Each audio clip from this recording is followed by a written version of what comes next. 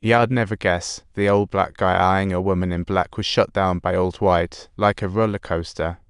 Subtitles. Suddenly, old white took the judge hostage, creating a dramatic scene where no one dare act.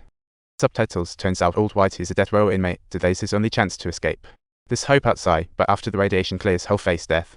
As he opened the gate, the old cops dropped their weapons like it was a let it go moment. Oh my, I heard y'all show off among the dogs. No gun? Can I have headphones instead? It turns out there was a malfunction at the nearby Air Force Base, leading to a classic mix-up. Poor little guy just sat there, dumbfounded and speechless. The black man was playing with his phone while driving when a patrol cop caught him. He intended to teach a lesson, but only saw a damaged dashboard.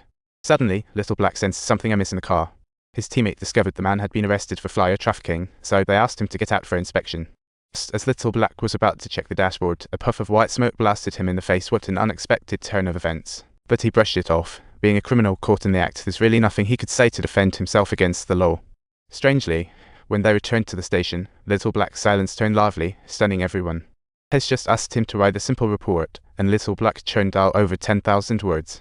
The ideas were flowing, and Pez suddenly felt like something was wrong. He rushed to the print room, flashed the light at little black's shoulder, and found out it was just the beautiful aftermath of the flyer incident.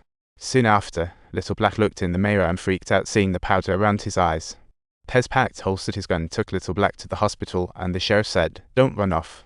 I'll protect you." But just as Pez left, little black flew off like a kite, rushing towards the printer as it suddenly beeped. He looked like a complete goofball next to that printer, his head stuck inside, becoming the punchline of the precinct. Moments later, Pez returned to the print room and found little black gone, had chatted with a receptionist out of boredom.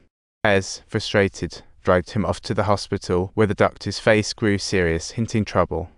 The doctor said this flyer may be lipid-soluble, lingering in the body, causing despair and possible hallucinations at a time.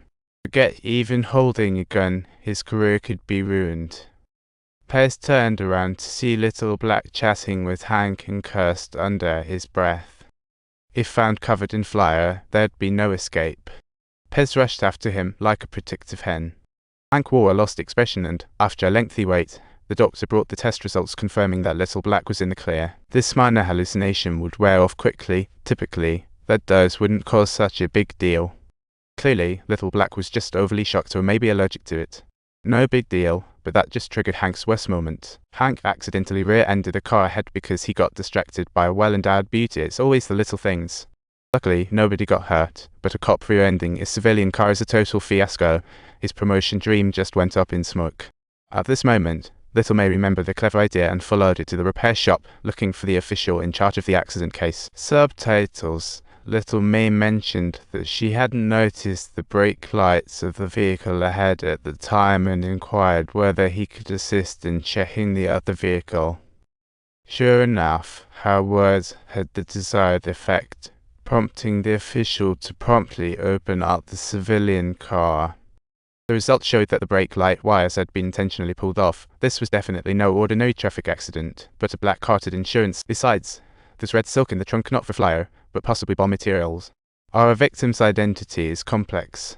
Hank apologized to the rear-ended driver, but her boyfriend was rude.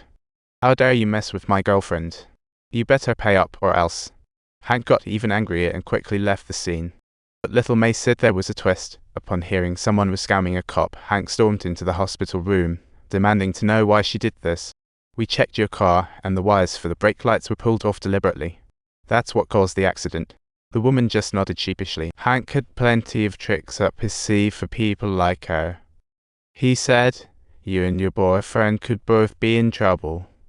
If someone fesses up first, they might get a lighter sentence."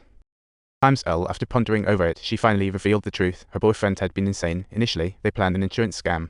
Pound 2 ikut to quarter grov micro I ikut pound san hof spilled the beans amount letters VCA umal zelda ykut letter to BD micro amount revealed the truth pound sign for a while a quarter grov letter VCA grov thono not and pound sign or letter to F2 cents times I circumflex 3 tilde is circumflexy still I amount letter VCA initially planned pound sign 0 quarter tilde ikut o amount micro in legit GDC copyright. But things escalated, with plans to burn houses and kill for insurance. Action starts today.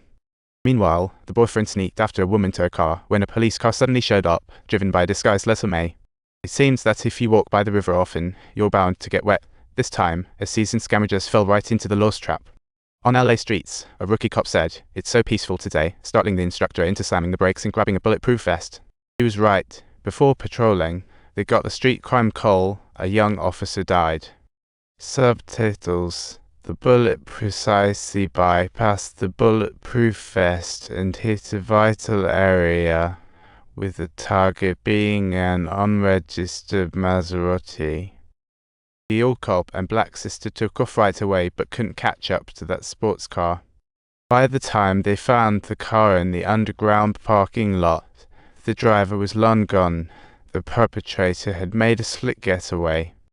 However, old cop discovered a handgun left in the passenger seat, revealing the perpetrator had made a rookie mistake. While they were collecting evidence, Detective Old Black arrived at the scene. Talk about a surprise entrance. Black's sister extracted a fingerprint from the car window and used high-tech gear to identify the suspect, surprisingly finding out it was Lou Bo, the brother of a notorious. The police immediately stormed Lou Bo's hideout, but the place was deserted, as if everyone had vanished into thin air. Hank stumbled upon a report left on the table, which turned out to be police files targeting the crime family. Subtitles: Hank found key clues, realizing an internal police problem. Defense must improve.